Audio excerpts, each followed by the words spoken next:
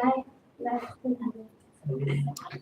Student, आपका स्वागत है स्पीक स्टडी चैनल पर। चलिए आज का सेशन स्टार्ट करते हैं। जैसा कि आप लोगों को पता है कि पिछले क्लास में हम लोग पहला चैप्टर जो बायोलॉजी का है कंप्लीट कर चुके थे। उसी से रिलेटेड हम लोग आज कुछ ऑब्जेक्टिव क्वेश्चन करने वाले हैं। चलिए बिना देर किए सेशन को शुरू करते हैं। लेकिन सबके आप लोगों के पास जितना नोट्स है, बुक है, सामने में रखिएगा लोग, रिविजन होते रहेगा क्वेश्चन के साथ।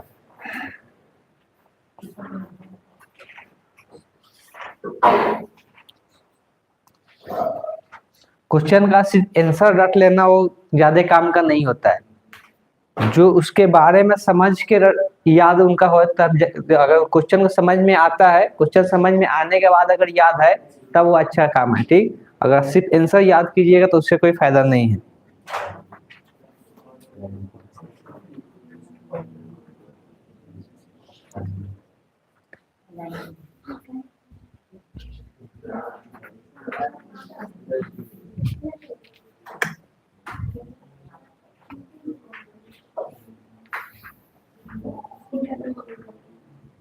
बोला गया है जब नर और मादा गैमेट, गैमेट किसको कहते हैं? युग्मक को बोलते हैं, इंग्लिश में इसको गैमेट कहते हैं। ठीक, तो युग्मक में युग्मन होता है। युग्मन मतलब होता है संलयन।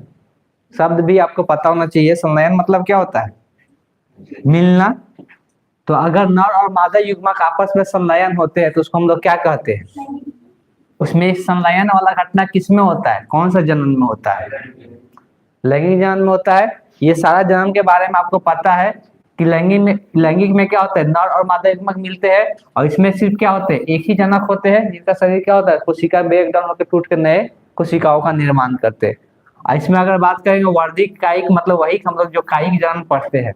तो कायिक जन्म आप लोग पता है, पिछले क्लास में ही पढ़े थे हम लोग कि किसी के ताना से, पत्ती से या जड़ से नए पौधे का निर्माण होता है। और मुकुलन हम लोग पढ़े थे कि मुकुलन किसका पार्ट होता है?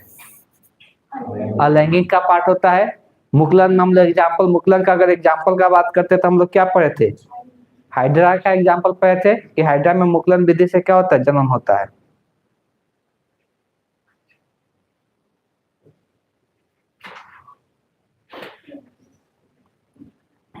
तो इसका आंसर कौन सा हो जाएगा? Option B. ठीक, तो ये सब पता होना चाहिए टर्म्स। जैसे कि अभी भी कोई क्वेश्चन पढ़ते हैं लोग, ये आगे भी याद कीजिएगा लोग, तो कम से कम ये सब आइडिया लगना चाहिए क्वेश्चन में कहा क्या रहा है, कहाँ पे पढ़े हुए हैं। तो ये सब चीजें पता होना चाहिए, या उसका जो ऑप्शन वगैरह वो सब चीजें, वो सब के बारे में जानकारी होना चाहिए। अगर वैसे करते हैं तभी जाके फायदा। उससे कम भी क्वेश्चन पढ़िएगा लोग ना तो बहुत ज्यादा फायदा है। ऐसे बहुत सारा क्वेश्चन रख लीजिएगा फिर भी क्या होगा? भाषा घुमा देगा, थोड़ा सा नहीं समझ में आएगा।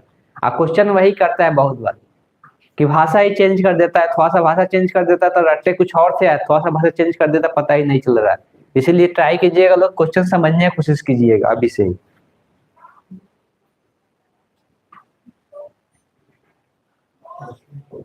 चलिए इसको पढ़िए लोग।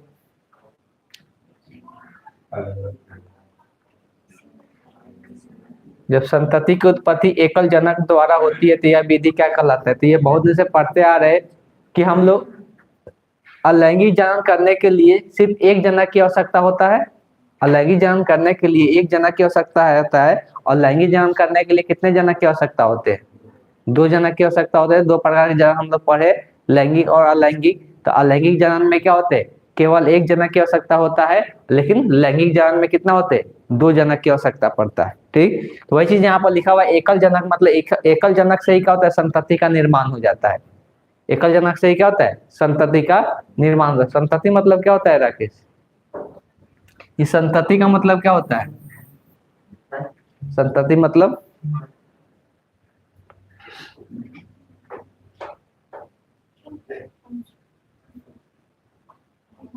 देखिए, अब थोड़ा सा छोटा सा शब्द नहीं पता है। संतान जो होते हैं, बच्चे होते हैं, वो संतति कहलाते हैं।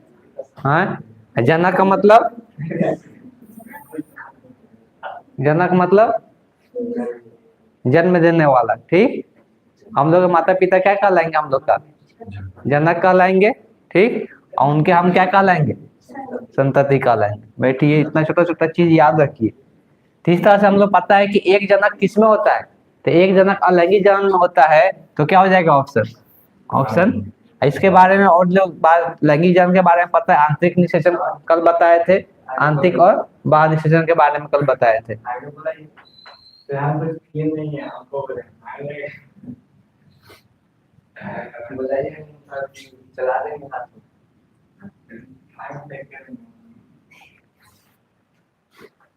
अरे खच्चे वो ना वीडियो बंद करेगा, भगा देंगे बाहर। समझ में नहीं आता एक बार। देखा आपको बोले तो मैं मतलब ना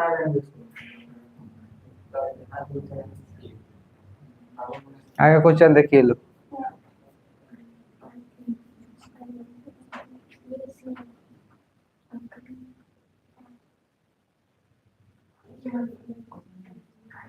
जिसको देखिए एक हिंदी में इसको लिखते हैं, एक पूजक लिखते हैं, ठीक, जिसको इंग्लिश में क्लोन पढ़ते हैं। और क्लोन के बारे में हम बताए थे इसके पहले। क्लोन के बारे में बहुत अच्छा समझाए भी थे कि क्लोन कहाँ पे होता है, समझाए थे ना।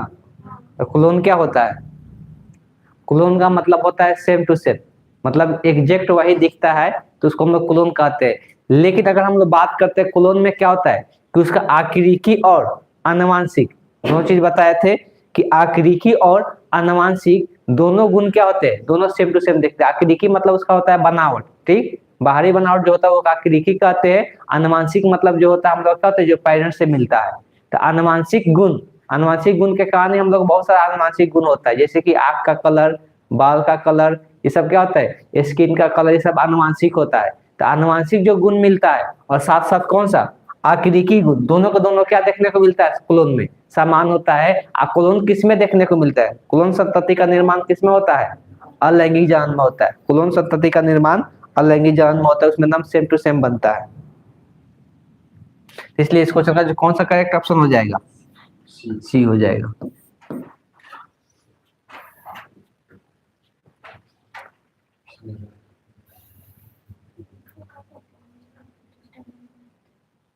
देखिए ये अगर बात करते तो लिखा हुआ है कि किसमें जनक कोशिकाओं को क्या करता है, विभक्त होकर नए जीवों का, हमको पता है कि जनक कोशिका जो होता है टूट के नए जीवों का निर्माण होता है किस जनन में? अलैंगिक जनन में होता है। अलैंगिक जनन में ही बताया गया था ना कोशिका क्या होता है टूट के, अगर कोई कोशिका जैसे अमीबा का ही बताया गया था कि अमीबा का एक कोशिका है, तो इसका क्या होता है, पहले क्या बनता है, दो केंद्रक बनता है, और फिर ये क्या हो जाता है, अलग अलग ऐसे डिवाइड होने लगता है, इसका कोशिका द्रव्य अलग अलग हो जाता है, और यहाँ टूट के दो अलग जीवों का निर्माण कर लेता है। तो ये एक कोशिका से दो कोशिकाओं का क्या होता है, विभक्त हो जाता है, विभक्त करके नए जीवों का निर्माण कर लेता है। और ये हम लोग किस में पढ़े थे? अलैंगिक जनन में पढ़े थे। और अलैंगिक जनन में हम बताए थे कि अलैंगिक जनन में मेनली हम लोग कौन सा दो टाइप देखने को मिलता है, मुंद्रा और प्रोटिस्टा में देखने को मिलता है कि अलैंगिक जनन होता है। हम लोग पढ़ते हैं कि जो जितना भी जीव है उसको 5 जगत में क्या कर दिया गया है, बांट दिया गया है। 5 जगत कौन कौन सा? मुंद्रा, प्रोटिस्टा, फंजाई मतलब कवक, उसके बाद क्या होता है, पादप होता है, उसके बाद जंतु जगत होते हैं। तो ये 5 जगतों में क्या कर दिया गया है, बांट दिया गया है। मतलब कहने का मतलब ये है कि मोनेरा प्रोटिस्टा को कोई ऐसा नहीं कि इसको ना पेड़ माना जाता है, नहीं नहीं जंतु माना जाता है, ठीक। ये सब क्या है, छोटे छोटे जीव होते हैं। तो ये अलग जगत है मोनेरा प्रोटिस्टा। उसके बाद आता है कवक, कवक के बारे में हम लोग जानते हैं। उसके बाद क्या आता है, उसके बाद आता है पादप, पादप मतलब क्या, पेड़ पौधा। उसके बाद आता है कौन सा, जंतु, जिसके जंतु के बारे में हम लोग पढ़ते हैं। तो ये 5 जगत में बांट दिया गया है। और अलैंगिक जनन बेसिकली दो ही में ज्यादातर देखने को मिलता है, किसमें, मोनेरा और प्रोटिस्टा में देखने को मिलता है। इसलिए इस क्वेश्चन का जो करेक्ट ऑप्शन हो जाएगा क्या हो जाएगा, सी हो जाएगा, ठीक। चलिए इसको बताइए, द्विखंडन किसमें पाया जाता है? बोले थे कि एग्जाम्पल याद रखने के लिए द्विखंडन, द्विखंडन का एग्जाम्पल याद होना चाहिए, ठीक। ले आप बताइए तो, द्विखंडन का एग्जाम्पल बताइए तो दो। द्विखंडन किसमें देखने को मिलता है?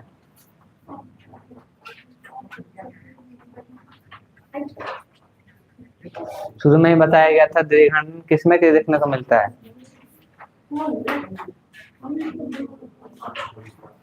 हाँ, अमीबा में। और कोई एग्जाम्पल?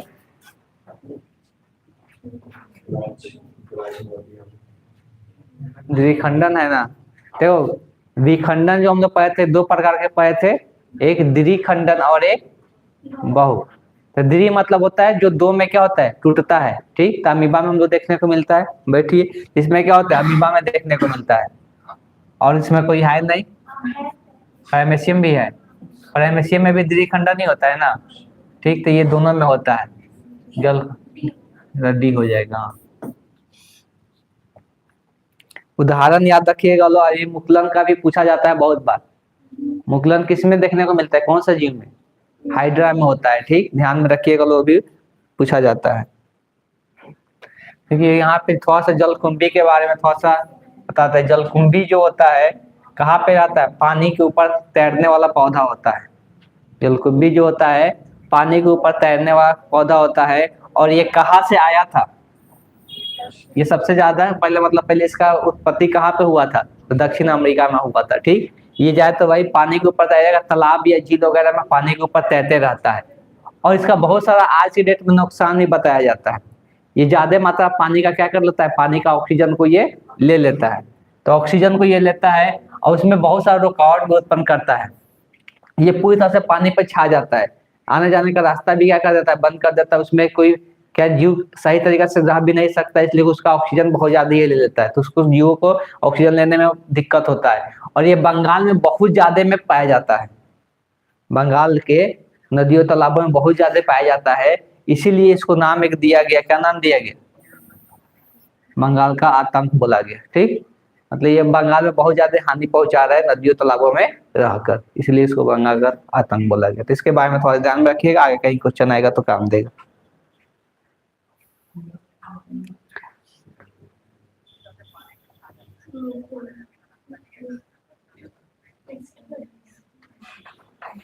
ईस्ट में होता है, देखिए लोग, ठीक। मुकुलन किस में होता है, ईस्ट में देखने को मिलता है,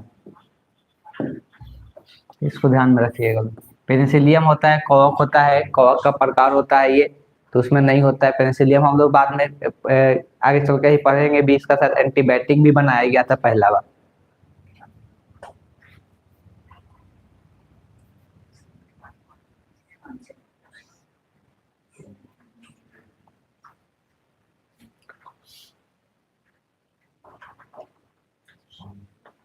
देखो एक यहाँ शब्द दिया हुआ है, क्या दिया हुआ है, जिमुलस दिया हुआ है, ठीक। इस शब्द का मतलब क्या होता है कि जैसे कि इसमें क्या होता है कि स्पंज में जब जन्म होता है, तो स्पंज में जन्म होता है तो उसके ऊपर एक लेयर बनता है, मोटा सा एक लेयर बनेगा, जो इसको क्या करता है, अंदर में ये सुरक्षित रखता है। जो जब भी ये क्या रहता है, अनुकूलित स्थिति में रहता है तो उसको अंदर में सुरक्षित रहता है, और जैसे ही प्रतिकूल स्थिति में रहता है तब, जैसे ही अनुकूल स्थिति में आता है तो ये क्या होता है, ब्रेक डाउन होता है, टूटता है, और इससे क्या होता है, सब जन्म करके बाहर निकल जाता है। तो उसी को हम लोग क्या कहते हैं, जिवलस कहते हैं, जो कि स्पंज में होता है, तो स्पंज में ये पाया जाता है। इसका आंसर कौन सा जगह, ये ऑप्शन करेक्ट ऑप्शन होगा।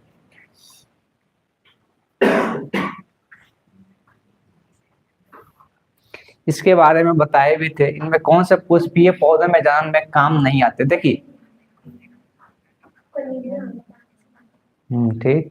इसमें बताए थे कण, भूस्तरीय, प्रकण, ठीक। इंग्लिश में वहां पे सर लिखे थे कण को क्या लिखे थे, ट्यूबर, ठीक। तो वहां पे इंग्लिश में लिखे थे, तो ये सब के सब कायिक जन्म में भाग लेता है, ये सब के सब कायिक अंग होता है, जिससे क्या होता है, नए जीवों का निर्माण होता है। 4 को शायद लिखवाए थे ताना वाला, एक बार ध्यान से देखिएगा लोग, पिछले क्लास का ही बात है कि ताना वाला का हम 4 लिखवाए थे, ट्यूबर लिखवाए थे, राइजोम लिखवाए थे, राइजोम मतलब पूरा कंद हो जाता है, ठीक। और एक था यहाँ पे भूस्तरीय जो होता है, इंग्लिश में क्या लिखवाए थे उसको, ये था, क्या नाम था उसका, ऑफसेट था, तो वहां पे लिखवाए थे। तो ये सब के सब क्या होता है, ताना होता है, ताना में पाया जाता है, और इसी से क्या होता है, नए जीवों का निर्माण होता है, जो कायिक जन्म में हम लोग पिछले क्लास में पढ़े थे, ठीक। इसमें जो ये होता है, इसी में क्या होता है, पुष्पीय पौधे में जन्म के काम नहीं आते हैं। तो पुष्पीय ये सब जितना भी कायिक वाला हम पढ़ रहे थे, सब में पुष्प होता है, लेकिन उसका क्या होता है, जन्म जो होता है कायिक जन्म से भी होता है, तो कायिक जन्म से होता है, तो ये सब में सब पाया जाता है, ठीक। लेकिन यही जो होता है, ये इसमें कोई काम का नहीं रहता है, तो यही आंसर इसका हो जाएगा ऑप्शन डी। कोनिडियल कहीं लिखवाए भी थे,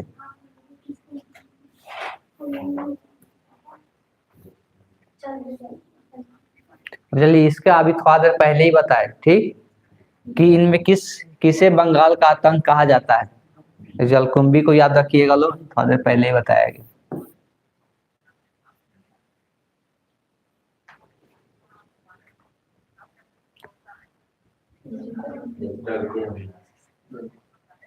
अभी थोड़ा देर पहले ही बताए कि ज्यादा मात्रा में क्या करता है, ऑक्सीजन को खींच लेता है, जो पानी का स्तर पर आता है, ये जलकुंभी में ऐसा देखने को मिलता है।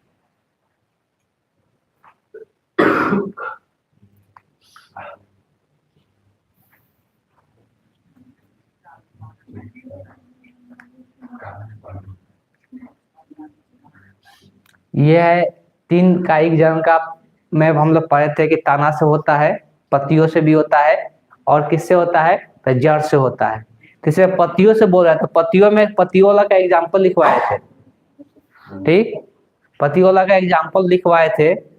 क्या था उसका एग्जाम्पल, देखिए लोग एक बार, पत्तियों से कायिक जनन होने वाला जो एग्जाम्पल लिखवाए थे, उसका एग्जाम्पल क्या था,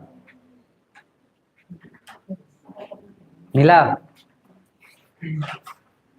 पत्तियों में कायिक जनन का उदाहरण जो लिखवाए थे क्या था?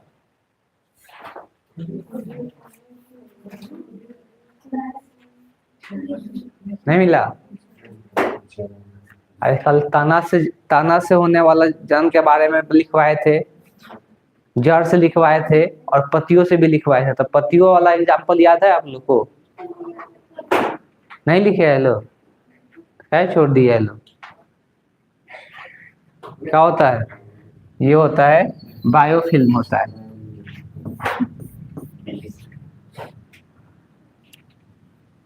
ये सब जो लिखवाए थे, अदरक, केला, तो अदरक का तो हमको पता है कि तना से होता है, केला जो होता है जड़ से ही होता है, ठीक। डहलिया लिखवाया थी, इसी भी शायद जड़ का ही एग्जाम्पल था। ये एग्जाम्पल याद रखिएगा लोग, कौन किससे होता है, तो इसको बताइए लोग।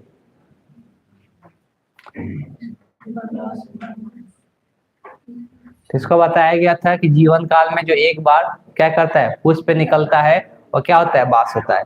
देखिए बहुत सारा ऐसा जीव है जो जीवन काल में एक ही बार या बहुत सालों के बाद क्या होता है, उसमें पुष्प निकलता है। अब बहुत सालों के बाद पुष्प निकलेगा तो उसमें बीज का भी निर्माण क्या होगा, होने में बहुत दिन लग जाएगा। अब बांस का अगर पौधा का बात करेंगे, जल्दी से बताइएगा, बांस का पौधा जो होता है कितने साल तक रहता है जिंदा? 80 साल के आसपास रहता है। अब 80 साल में एक बार पुष्प करेगा, तो उससे पुष्प से क्या होगा, बीज का निर्माण होगा। और जब बीज का निर्माण उससे होगा, तो बताइए लोग, बीज का जब इतना साल के बाद बीज मिलेगा, तो बांस का पौधा लगाने में तो बहुत दिन लग जाएगा। इसलिए बांस के पौधे में हम लोग को कायिक जनन देखने को मिलता है। बांस के पौधे में क्या होता है, कायिक जनन होता है। बांस का देखते हैं लोग, जो साइड से क्या होता है, जड़ से ही क्या हो जाता है, निकल जाता है, उसको फिर काट के हम लोग अलग लगा देते हैं, तो हम लोग उसको कायिक जनन के हिसाब से क्या करते हैं, उसका जन्म देखने को मिल जाता है। तो अब ऐसे इसका पूछा है, जीवन काल में तो ये बासी होता है जो एक बार निकलता है।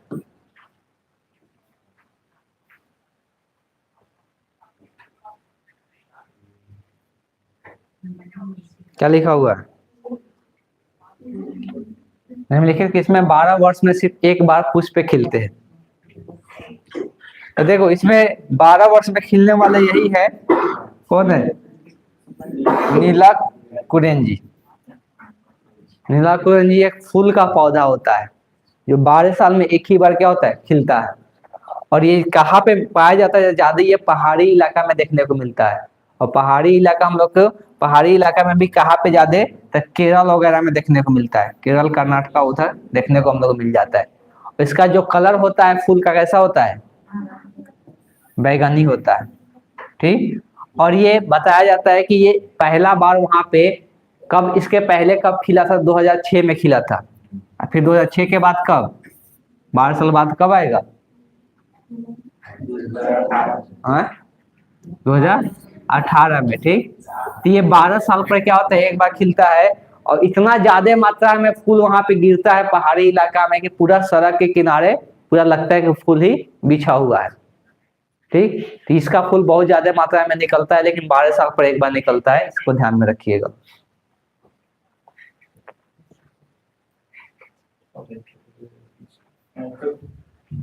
तो इसका बताया लो, कल ये बताया गया था, मध्य चक्र पाई जाती है। तो गाय, भेड़, कुत्ता में सब में क्या होता है, मध्य चक्र होता है, ठीक। तो इनमें से क्या हो जाएगा, इसका उदाहरण बोले थे कि याद रखिएगा लोग, एक ऋतु चक्र होता है, एक मध्य चक्र होता है। तो ऋतु चक्र वाला मध्य चक्र वाला दोनों एग्जाम्पल याद रखिएगा।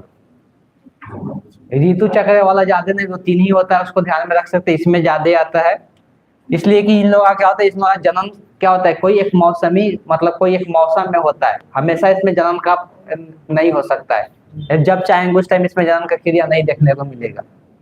ठीक, तो इसको ध्यान में रखिएगा लोग, इसमें ये सब का सब हो जाएगा। वैसे ही ऋतु चक्र भी कल बताए थे, ऋतु चक्र से भी है। तो ये हम लोग बताए थे, इसका एग्जाम्पल किसमें होता है, मनुष्य में होता है, बंदर में होता है, चिंपैंजी में होता है। तो ये ऋतु चक्र होता है। ठीक, इसमें जन्म कभी भी हो सकता है, इसके लिए कोई टाइम नहीं होता है, तो इसलिए इसमें सब हो जाएगा।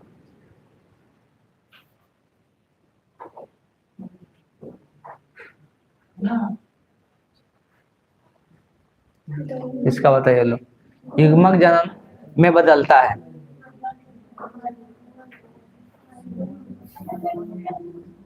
देखिए हम लोग जानते हैं कि युग्मक जो बनता है दोनों में बनता है, नर का भी युग्मक बनता है और मादा का भी युग्मक बनता है। नर में हम लोग शुक्राणु देखते हैं, मादा में क्या अंडाणु देखते हैं। तो दोनों में युग्मक का निर्माण होता है। तो पूछा युग्मक में बदलता है कौन कौन, नर भी और मादा भी, तो दोनों हो जाएगा।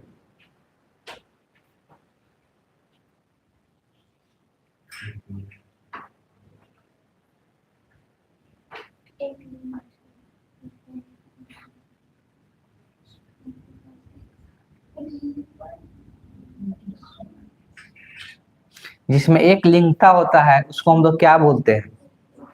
देखिए एक शब्द हम इसके पहले बताए थे, एक लिंगी और द्विलिंगी। अगर कोई बता सकते हैं क्या एक लिंगी और द्विलिंगी किसको कहते हैं, याद है?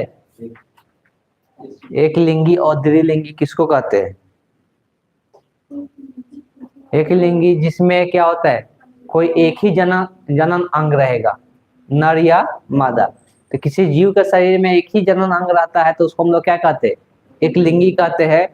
और कभी कभी किसी जीव के शरीर में दोनों जनन अंग रहता है जिसको हम लोग क्या कहते हैं, द्विलिंगी कहते हैं।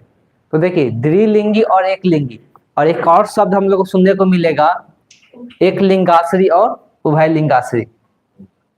दोनों में थोड़ा सा समानता है, सेम ही होता है, थोड़ा सा अंतर होता है बस। ये जो एक लिंगाश्री द्विलिंगाश्री, तो एक लिंगाश्री मतलब भी वही होता है कि उसमें एक ही लिंग रहेगा, ठीक, नर वाला या मादा वाला, लेकिन उस पौधा को हम लोग बोलते हैं क्या, लिंगाश्री। और उसमें हम लोग जनन अंग के हिसाब से क्या कहते हैं, एक लिंगी और द्विलिंगी। इसमें पौधा के हिसाब से बोलते हैं, उसमें अगर मान लो कि फूल का फायदा, फूल का अगर फूल है तो फूल निकल रहा है तो उसमें क्या रहेगा, सिर्फ पुमंग रहेगा, पुमंग वाला ही क्या रहेगा, फूल उसमें रहेगा। तो उसको हम लोग क्या कहेंगे, एक लिंगाश्री कहेंगे पौधा। तो उस पौधा को बोला जाता है, इसमें जनन अंग के हिसाब से बोला जाता है। दोनों में यही समानता होता है, ज्यादा का अंतर उसमें नहीं देखने को मिलता है। तो बोला है कि एक लिंगता किसमें पाया जाता है, जो एक लिंगाश्री होता है उसी में पाया जाएगा। उभय का मतलब होता है दो, ठीक, या इसको द्वि भी बोला जाता है या उभय भी बोला जाता है। तो उभय का भी ध्यान में रखिएगा लोग, उभय कहीं पर लिखा था कंफ्यूज नहीं होना, इसी को द्वि बोला जाता है। द्वि मतलब होता है दो और उभय का मतलब भी होता है दो, तो ध्यान में रखिएगा लोग। अब यहाँ पर एक लिंगता बोला तो क्या हो जाएगा, एक लिंगाश्री हो जाएगा, तो ऑप्शन सी हो जाएगा। ये समयुग्मकी और विषम युग्मक बताए थे, ये भी बताए थे, समयुग्मक विषम युग्मक। एक क्या होता है, असम युग्मक, ठीक, 3 प्रकार के युग्मक का निर्माण बताया गया था, याद है?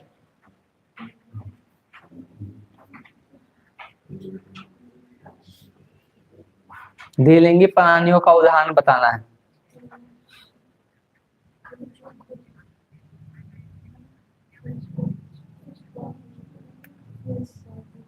टेपवर्म भी होता है।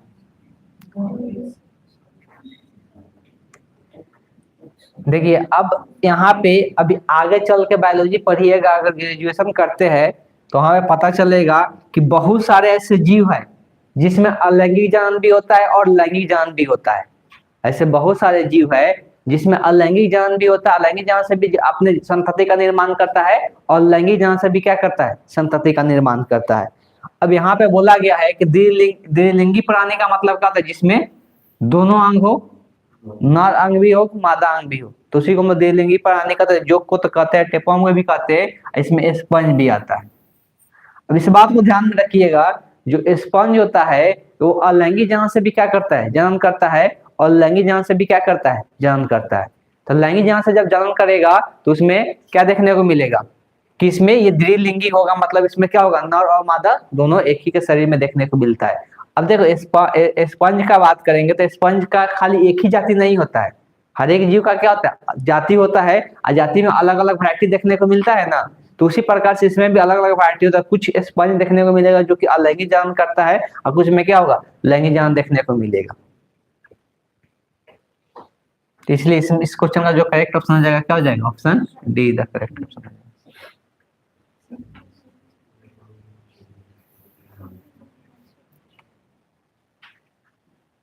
बोले इनमें कौन से उभयलिंग आश्री है।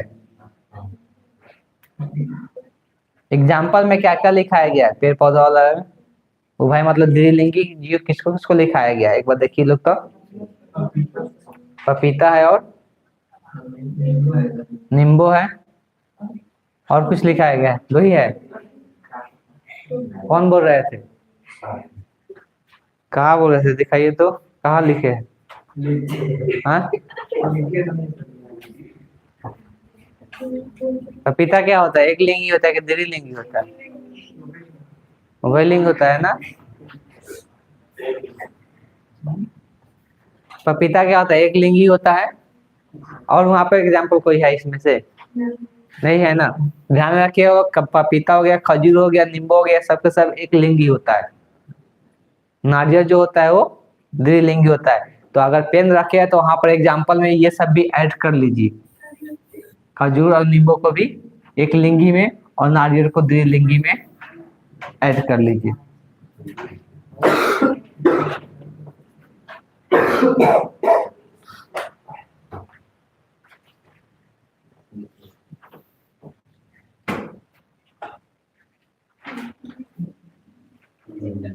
हो गया।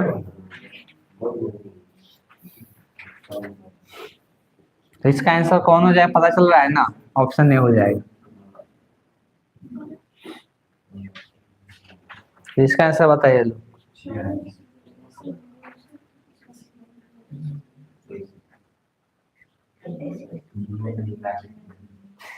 कितना होता है, तो किसका 46 होता है, हाँ युग्मनज का। ठीक, युग्मनज का कितना होता है, 46 होता है, इसलिए दो युग्मक मिलने के बाद क्या बनता है, युग्मनज बनता है। युग्मनज का कितना होता है, 46 होता है, और युग्मक का कितना होता है, 23 होता है। इसको अगुणित भी बोलते हैं। तो कौन सा ऑप्शन हो जाएगा, ऑप्शन बी हो जाएगा।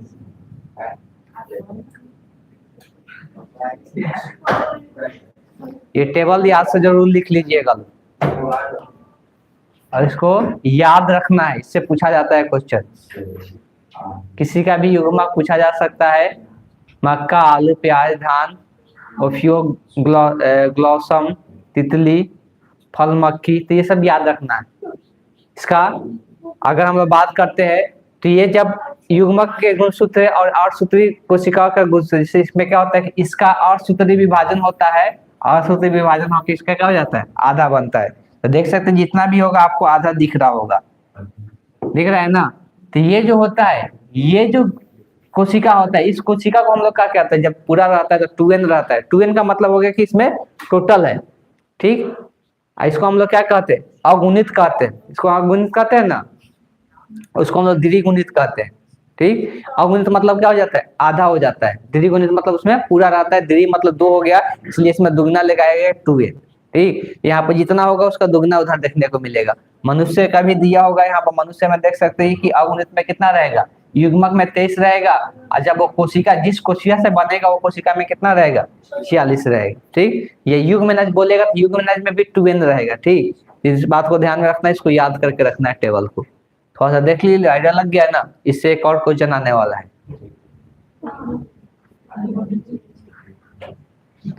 एक नजर दौड़ा लीजिए लो।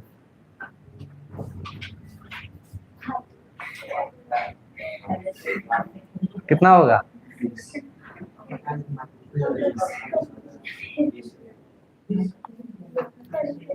कितना है, 20 में क्या पूछा है, मक्का के और सूत्री में गुणसूत्र की संख्या। अच्छे,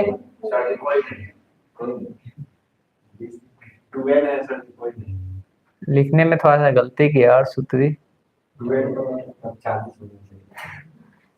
नहीं, वो बोला है कि ये इसका और सूत्री विभाजन होगा तो कितना बनेगा वो पूछ रहा है। ठीक, वही चीज बोला जा रहा है। तो कितना हो जाएगा?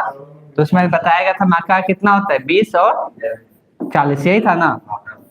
तो अब ये है कि और सूत्री वाला में कितना हो जाता है, 20 हो जाता है। तो ऑप्शन क्या हो जाएगा? ऑप्शन सी हो जाएगा। नहीं, यहाँ पे लिखा हुआ है कि और सूत्राणु, मतलब इसका 2n का और सूत्राणु में गुणसूत्र की संख्या। इसका जब गुणसूत्र इसमें है दिया हुआ है 2n है, इसका और सूत्राणु करेंगे तो और सूत्री विभाजन के दौरान कितना बनेगा वो पूछ रहा है।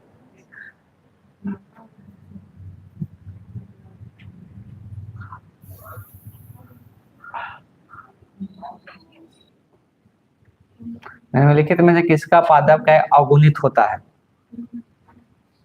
अगुणित का मतलब समझ रहे हैं ना, जिसमें गुणसूत्र की संख्या आधी हो सकती, तो उसको हम लोग अगुणित कहते हैं। में बायोफाइट्स दिया हुआ है, कवक दिया हुआ है, शैवाल दिया हुआ है। ठीक, अभी तक इसके पहले हम जो बताए हैं कि अगुणित किसमें नहीं होता है, जो अलैंगिक जान सिर्फ करता है। जो जीव सिर्फ अलैंगिक जान करेगा उसमें अगुणित कभी नहीं होगा, उसमें आधा कभी होगा क्या? नहीं होगा। जो जीव क्या करेगा, लैंगिक जान करेगा, उसी में क्या होता है, आधा होता है। तो इसके पहले भी चर्चा किया गया है कि अलैंगिक जान करने वाले जो जीव होते हैं वो कौन कौन होते हैं? मोनेरा और प्रोटिस्टा, और बाकी जितना भी आता है वो सब में क्या देखने को मिलता है, लैंगिक जान देखने को मिलता है। ठीक, तो पहले दो तो ऐसे ही दिख रहा है। अगर हम लोग जीवों का जगत का बात करते हैं तो कवक जगत भी आता है। आज कवक जगत के बाद क्या आता है, पादप जगत आता है। और ये किसका हिस्सा होता है, पादप का हिस्सा होता है। इसलिए यहाँ पर कुछ इंपॉर्टेंट पहले पॉइंट दिए हुए हैं, इसको ध्यान में रखिएगा लोग। सबसे पहले कि अगर पंच जगत हम लोग बोलते हैं तो 5 जगत में क्या कर दिया गया है, बांट दिया गया है। तो 5 जगत कौन कौन सा होता है? मोनेरा, प्रोटिस्टा, कवक, पादप और जंतु होता है। ये सब लिख लीजिएगा, आगे कहीं पर भी यूज हम लोग को देखने को मिलेगा। तो मोनेरा में क्या होता है, सभी प्रोकैरियोटिक जीव होता है, जिसमें बैक्टीरिया वगैरह आता है। इसमें क्या होता है, बैक्टीरिया वगैरह आता है। तो ये प्रोकैरियोटिक जीव होता है। और यहाँ पर प्रोटिस्टा का बात करते तो ये कैसा होता है, यूकैरियोटिक होता है। दोनों में अंतर पता है क्या? क्या अंतर होता है? जिसमें केंद्रक, वास्तविक केंद्रक नहीं पाया जाता है प्रोकैरियोटिक जीव। प्रोकैरियोटिक जीव ऐसा होता है जिसमें वास्तविक केंद्रक नहीं होता है। और ये इसका नाम प्रो का मतलब ही होता है पुराना। ठीक, मतलब सबसे पहले जो कोशिका का निर्माण हुआ था वो कैसा कोशिका बना था, जिसका केंद्रक मतलब उसका वास्तविक केंद्रक उसका नहीं दिखाई दे रहा था। ठीक, तो इस तरह से इसको हम लोग किस में रखते हैं, प्रोकैरियोटिक। तो मोनेरा सबसे पुराना जीव को माना जाता है। और उसमें क्या होता है कि उसका केंद्रक जो होता है, केंद्रक उसमें दिखाई नहीं देता है, वास्तविक केंद्रक। दूसरा हम लोग मोनेरा में, प्रोटिस्टा में हम लोग वास्तविक केंद्रक होता है और ये एक कोशिकीय जीव होते हैं। और इसमें क्या होते हैं, तो इसमें अमीबा वगैरह का एग्जाम्पल पढ़ते हैं, पैरामेसियम का एग्जाम्पल पढ़ते हैं। उसके बाद आता है कवक। तो कवक का बात करते हैं तो कवक के बारे में पता है आप लोगों को। कवक हम लोग को थोड़ा बहुत देखते भी है। मशरूम तो एक एग्जाम्पल याद रखना है कि मशरूम क्या होता है, कवक होता है। तो कवक कुछ हानिकारक भी होता है, कुछ फायदेमंद भी होता है। मशरूम खाया जाता है, सभी को पता है, लेकिन अक्सर कवक क्या होते हैं, ज्यादातर हानिकारक ही होते हैं। कवक हर एक जगह लग जाता है। कहीं पर भोजन में खराब भोजन होता है तो क्या हो जाता है, उस पर कवक लग जाता है, जो व्हाइट व्हाइट लग जाता है। कपड़े में भी लग जाता है, शरीर पर भी कवक होता है हम लोग का, और गंदा रहिएगा तो। शरीर पर कवक का मतलब होता है कि स्किन के रिलेटेड कोई भी बीमारी होता है वो किसके कारण होता है, कवक के कारण होता है। या नाखून खराब होने लगता है पैर का, देखते हैं लोग, वो भी किसके कारण होता है, कवक के कारण होता है। ये सब कवक हम लोग देखने को मिलता है हर एक जगह। उसके बाद होता है पादप। पादप जो होता है वो बहुकोशिकीय होता है और ये अपना खाना कैसे बनाता है, प्रकाश संश्लेषण क्रिया करके। उसके बाद आता है जंतु। तो ये 5 जगत में इस तरह से बांटा गया है। और यहाँ पर पादप जगत का बात करेंगे तो फिर पादप जगत को भी क्या कर दिया गया है, 5 जगत में बांट दिया गया है। जिसमें ध्यान में रखना है, सबसे पहले जो आता है इसमें कौन आता है, थैलोफाइट, बायोफाइट, टेरिडोफाइट। ये जो 3 होता है इसको हम लोग बोलते हैं बीज रहित। सॉरी, कहाँ तक, हाँ नहीं, कहाँ तक बोलते हैं,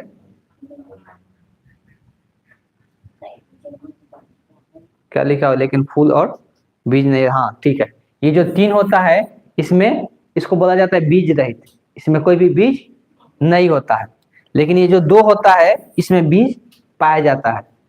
तो इसको हम लोग बीज रहे, मतलब इसमें बीज नहीं पाया जाता है, तीनों में ध्यान में रखना है। तो ये ऐसा पादप होता है जो तीनों में क्या होता है, बीज नहीं होता है। और इसका बात करेंगे तो थैलोफाइट का बात करेंगे, तो थैलोफाइट में दिया हुआ है कि ये बहुत सरल पौधा होता है जिनका शरीर जड़, तना और पत्ती विभेदित नहीं होता है। मतलब ये ऐसा पौधा है इसमें पत्ती वगैरह नहीं दिखेगा, जड़ भी पता नहीं चलेगा, बहुत छोटा सा एक थैला टाइप का दिखेगा। थैला समझते हैं लोग ना, थैला मतलब समझते हैं लोग, ऐसे गोलाकार ऐसे स्ट्रक्चर थैला टाइप का दिखेगा, बस ये थैला टाइप का रहेगा और इसमें कुछ भी नहीं दिखेगा। ठीक, इसका ज्यादातर क्या होता है, इसमें शैवाल आता है। इस वाले जगत में ज्यादातर क्या आते हैं, शैवाल आते हैं। उसी प्रकार से बायोफाइट का बात करते हैं। बायोफाइट में ये भी क्या होता है, ये इसको उभयचर बोला जाता है। जैसे पादप जगत का ये क्या होता है, उभयचर। उभयचर जानते हैं कि उभयचर क्या होता है, जंतु होते हैं। उभयचर जंतु किसको बोला जाता है, जो क्या होता है दोनों जगह रहते हैं। उभय मतलब भी होता है कि उभय मतलब दो, दो जगह रहने वाला, कहाँ कहाँ पे, जल और स्थल पे। ठीक, तो उसी तरह से ये जो बायोफाइट होता है ये भी वैसा ही पौधा होता है। ये थोड़ा क्या होता है, इनमें जड़ और जैसी संरचना, देखिए इसमें क्या होता है, जड़ जैसी संरचना दिखाई देगा लेकिन वास्तविक जड़ नहीं होता है, वास्तव में नहीं होता है। और इसमें तो ये सब होगा ही नहीं, सन्वहन तक, ये सब में सन्वहन तक नहीं होता। सन्वहन तक समझते हैं लोग क्या होता है, सन्वहन तक 2 प्रकार का होता है, जाइलम और फ्लोएम होता है। उनका काम क्या होता है, हाँ मतलब या तो जड़ से क्या करता है, पानी को ऊपर लेके जाता है, या पत्तियों में भोजन बनता है तो क्या करता है, उस भोजन को सारे जगह पर लेके जाता है। तो जाइलम फ्लोएम ये सब में नहीं पाया जाता, ये सब बहुत छोटा छोटा पौधा होता है। तो ये तीनों के तीनों में कोई बीज नहीं होता है, ध्यान में रखिएगा, इसमें बीज का निर्माण नहीं होता है। अब रह गया आगे जिम्नोस्पर्म और एंजियोस्पर्म। इसमें क्या होता है कि अगर इसका बात करेंगे तो इस दोनों में बीज होता है, लेकिन दोनों में थोड़ा सा का अंतर होता है। इसमें जो होता है वो कैसा होता है, बीज नग्न बीज पौधे होते हैं। नग्न बीज पौधे का मतलब बीज इसका साफ साफ दिखाई देगा, इसके ऊपर कोई आवरण नहीं होता है, इसके ऊपर कोई फल नहीं लगता है। तो इसके ऊपर कोई फल नहीं लगता तो उसको नग्न बीज कहते हैं। तो ऐसा पौधा है जो क्या होगा, उसका खाली बीज ऊपर से दिखाई देगा, बीज का खाली निर्माण होता है, कोई भी क्या होगा पौधा का निर्माण, उसके ऊपर क्या होगा, फल का निर्माण नहीं होता है। जैसे इसका एग्जाम्पल दिया हुआ है साइकस और पाइनस, जो का शैली हम लोग बोलते हैं, उसको देखे वो लोग, उस पर क्या होता है, कोई बीज नहीं होता है। एंजियोस्पर्म का बात करते हैं तो ये पुष्पीय पौधे होते हैं। आगे चलकर हम लोग अगला चैप्टर में इसी के बारे में पढ़ने वाले हैं, एंजियोस्पर्म के बारे में। ये सब का हम लोग चर्चा नहीं करने वाले, इसी के बारे में चर्चा करने वाले हैं। तो इसमें हम लोग को देखने को मिलता है इसका बीज बनता है, इसका बीज भी 2 प्रकार के बनता है, एक बीज पत्री होता है, एक क्या होता है, द्विबीज पत्री होता है। इसका 2 प्रकार के बीज हम लोग को देखने को मिलता है। बीज अगर हम उठाकर देखेंगे, ये चना का बीज हो गया, चना का बीज अगर देखते हैं लोग कैसा होता है, उसको 2 हिस्सा में क्या हो जाता है, बट जाता है, तो उसको हम लोग द्विबीज कहते हैं। और कुछ का जो बीज होता है जो कि बटता नहीं है, जैसे चावल जो राइस होता है, तो उसमें क्या होता है, उसका बीज नहीं बटता है, तो उसको हम लोग क्या कहते हैं, एक बीज पत्री कहते हैं। तो ये ध्यान में रखना है। और इसके बीज के ऊपर हमेशा आवरण, कोई ना कोई आवरण देखने को मिलेगा, इसके बीज के ऊपर हमेशा कोई ना कोई आवरण देखने को हम लोग को मिल जाता है। तो इस तरह से क्या किया गया, पौधे पादप जगत को 5 हिस्सों में बांटा गया, जिसमें 2 प्रकार में है। एक होता है इसमें जो बीज रहित होता है, इसमें बीज नहीं होता है, और एक में क्या होता है, बीज होता है।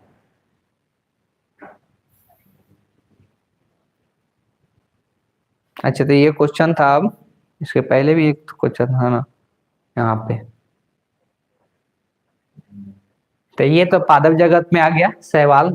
बायोफाइट से भी हम लोग देखे ही, कवक देखे ही।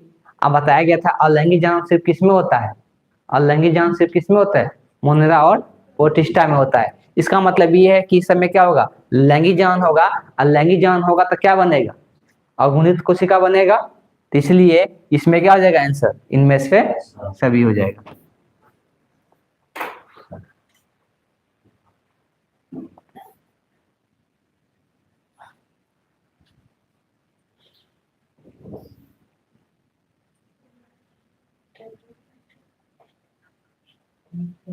तो देखिए इनमें सब में जो होता है निषेचन जो होता है जल के माध्यम से होता है।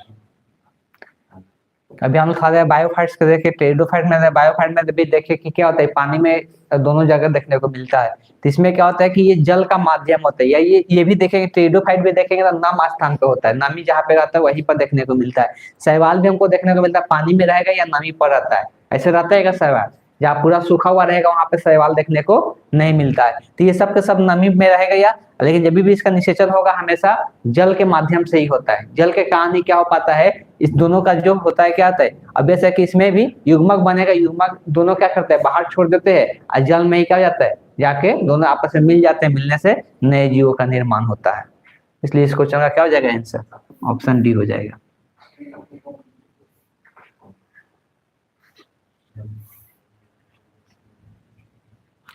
जब युग्मक संलयन में जीव शरीर के बाहर होता है तो बताया गया है क्या होता है, बाह्य निषेचन होता है। ठीक, जब मादा का शरीर के अंदर होता है उसको हम लोग क्या कहते हैं, आंतरिक निषेचन कहते हैं। भ्रूणोद्भवन किसको कहते हैं, तो बताया गया था इसमें क्या होता है, जब भ्रूण का निर्माण कराया जाता है तो भ्रूण के निर्माण के प्रोसेस को ही हम लोग क्या कहते हैं, भ्रूणोद्भवन कहते हैं। एक होता है अनिषेक जनन होता है। तो अनिषेक जनन जो होता है, ये भी जो पार्ट होता है ये अलैंगिक जनन का पार्ट होता है। बेसिकली वो क्या कर सकता है, लैंगिक जनन भी कर सकता है, अलैंगिक जनन भी कर सकता है, इसमें दोनों आ जाता है। तो कोई जीव ऐसा होता है जो कि अलैंगिक जनन तो करता ही है, लेकिन उसमें कभी कभी क्या देखने को मिलता है, अलैंगिक जनन भी देखने को मिल जाता है।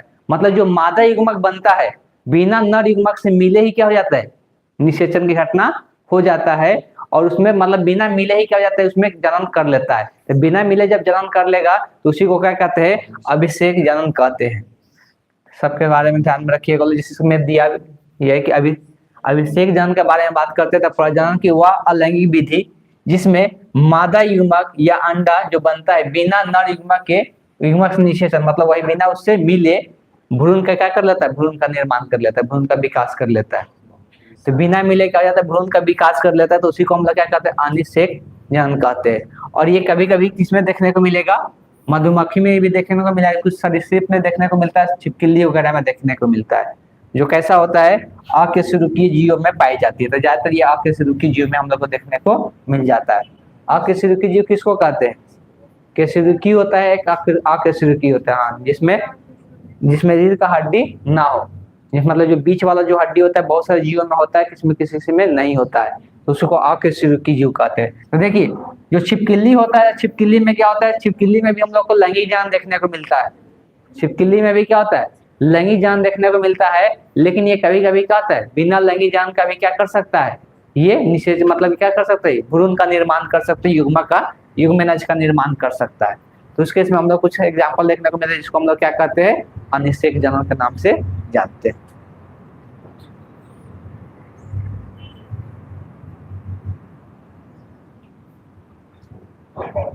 जब पूछा है कि इसमें कौन अंड प्रजक है, अंड प्रजक किसको कहते हैं, जो अंडा देते हैं। ठीक, अंड प्रजक जीव एक होता है सजीव प्रजक, दो प्रकार का हम लोग देखने को मिलता है, सजीव प्रजक और अंड प्रजक। सजीव प्रजक में क्या होता है, जो जीव क्या होता है, बच्चे का जन्म देते हैं उसको हम लोग सजीव प्रजक कहते हैं, और जो जीव अंडा देते हैं उसको हम लोग क्या कहते हैं, अंड प्रजक कहते हैं। इसमें से जो भी एग्जाम्पल दिया है सभी के सभी होता है, मगरमच्छ भी होता है, सांप भी होता है, मुर्गी भी होता है, इसलिए इसका जो हो जाएगा इनमें से सभी हो जाएगा।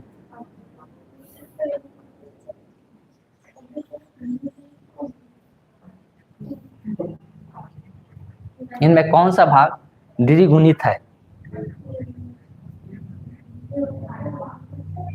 द्विगुण मतलब वही पूरे 2n हो, मतलब कोशिका संख्या में पूरा हो। ठीक, तो हमको पता है पहले से कि जो युग्मनज होता है यही क्या होता है, 2n होता है, इसमें गुणसूत्र की संख्या पूरा रह जाता है, 23 मिल जाता है, कोई भी जीव में हो सकता है। लेकिन जो अंड होता है मतलब अंडाणु, ये क्या होता है, अर्धसूत्रीय विभाजन के द्वारा बना जाता है, ये अगुणित होता है। परागकण जो बनता है वो भी क्या होता है, अगुणित होता है। नर युग्मक बनता है या मादा युग्मक बने वो भी क्या होता है, अगुणित होता है। ये सब ध्यान में रखना है। अंड मतलब अंडाणु हो या शुक्राणु हो, अंडाणु, शुक्राणु, परागकण, नर युग्मक, मादा युग्मक, कुछ भी लिखा रहा है सब के सब क्या होगा, अगुणित होगा। जो युग्मनज होगा क्या होगा, द्विगुणित होगा। इसका जो आंसर हो जाएगा ऑप्शन ए हो जाएगा। इसमें बताइए कौन अगुणित है,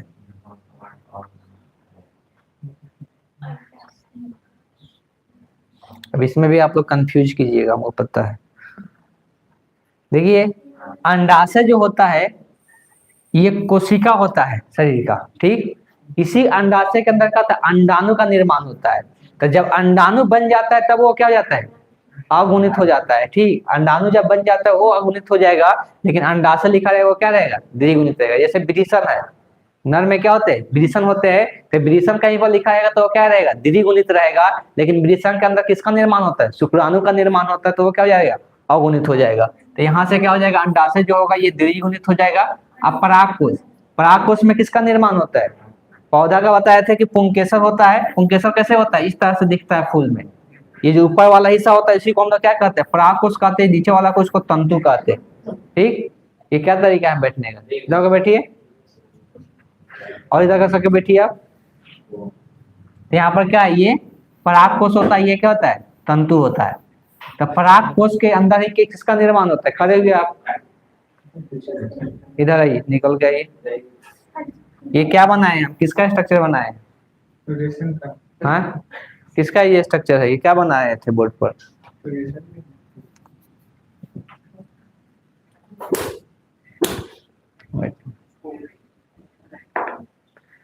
तो ये क्या है, पुंकेसर है। पुंकेसर का दो पार्ट होता है, ऊपर वालों को हम लोग क्या कहते हैं, परागकोश कहते हैं, और ये नीचे वाला को तंतु कहते हैं। इसी परागकोश के अंदर क्या बनता है, परागकण बनता है। तो जो परागकण बनेगा वो क्या होगा, अगुणित होगा। लेकिन जो परागकोश है वो क्या हो जाएगा, द्विगुणित होगा। मतलब जो बनाता है वो द्विगुणित होगा, अब बनने के बाद जो युग्मक बनता है वो क्या हो जाता है, अगुणित हो जाता है। यहाँ परागकोश भी क्या होगा, द्विगुणित होगा। लेकिन परागकोश के अंदर क्या बनता है, परागकण बनता है, तो वो क्या हो जाता है, अगुणित हो जाता है। तो अगर पराग का बात करते तो ये क्या हो जाता है, अगुणित हो जाता है। और परागकोश का बात करेंगे तो क्या होगा, द्विगुणित होगा। युग्मनज के बारे में तो पता ही है, दो युग्मक मिलने से बनता है तो ये द्विगुणित होता है। तो पूछा था कौन सा इसमें क्या है, अगुणित है, तो कौन सा हो जाएगा, ऑप्शन।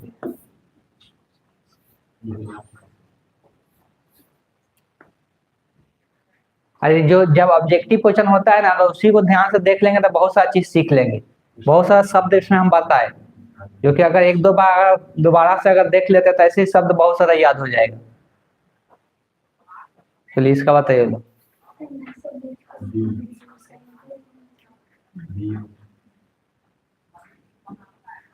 पुष्पी पादप में युग्मनज का निर्माण बीज के अंदर होता है, अंडाशय बीज के रूप में विकसित होता है, युग्मनज भ्रूण बनता है। ये अगला चैप्टर और पढ़ लीजिएगा तो और क्लियर हो जाएगा। ठीक, तो हमको पता है इसमें कौन नहीं है पूछा है, ठीक, कौन नहीं है पूछा है। ठीक, युग्मनज से भ्रूण बनता है। देखिए सही कौन कौन है पहले बता दे, जिसमें थोड़ा सा डाउट भी होगा। तो युग्मनज से भ्रूण बनता है तो पता ही है, ये सही है। मनुष्य के क्या होता है, मनुष्य कैसा होते हैं, सजीव प्रजक होते हैं। अब बताए सजीव प्रजक क्या होते हैं, अंड प्रजक होते हैं। तो सजीव प्रजक किसको कहते हैं,